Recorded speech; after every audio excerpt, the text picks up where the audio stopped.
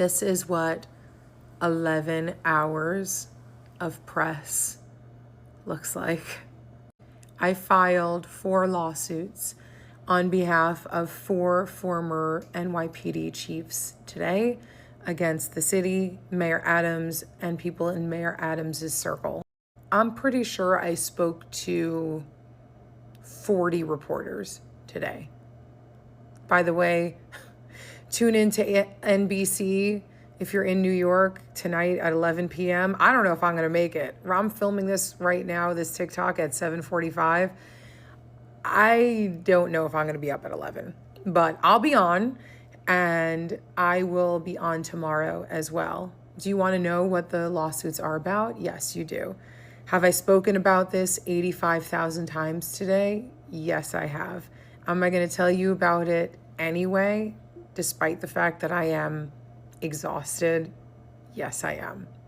In a nutshell, 4 people who worked for the NYPD for 30 years, 37 years, 40 years, and another 30-something years.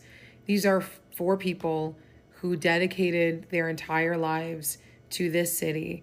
They rose to basically the highest levels within the department.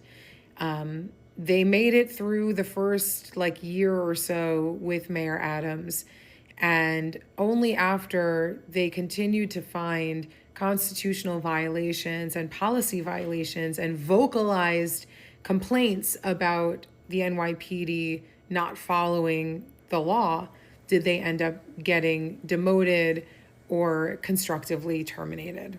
For example, we had people in Mayor Adams's orbit, of course, his friends. We have Eddie Caban, we have John Shell, we have all these people who are friends of Adams, basically forcing unqualified and unvetted people into very serious departments within the NYPD.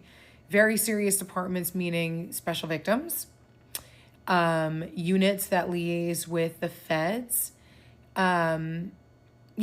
Big time units where you need to have proper training, proper backgrounds. Those people were put in, and these bureaus suffer. And if these bureaus suffer, it means we suffer, New Yorkers. When a crime happens to us, we want detectives with integrity, detectives with experience and knowledge to be able to handle our case. But that's not what's happening under Mayor Adams. Another one of my clients, it was basically his job to be the integrity arm, the professional in the room, auditing the practices within PD, such as, are they putting on their body-worn cameras at the right time, or are they manipulating that process in order to hide things that they weren't supposed to do? Are they conducting high-speed car chases that are causing unnecessary injuries or deaths? That guy, the guy who oversaw all of that and raised the red flag over and over again, they got sick of that. They didn't want to hear him. Instead of fixing the units and fixing their policies and making sure that accountability was had, they kicked out the guy who was trying to keep everybody accountable. And then you have somebody who I can relate to because he was in IAB, the Internal Affairs Bureau, and he was in charge of investigating people like Marjorie's friends for stealing time while working at PD.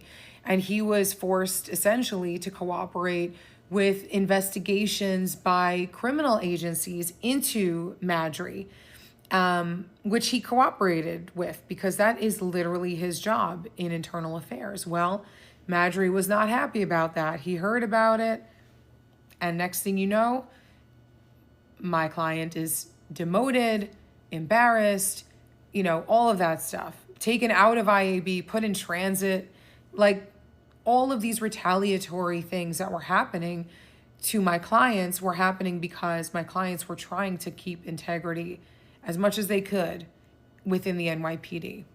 So New Yorkers, if you're looking around and wondering why your city is feeling less safe and why you're feeling like, subways are less safe, why if you've been sexually assaulted, you're not being taken as seriously, all of these things, It's not in your head.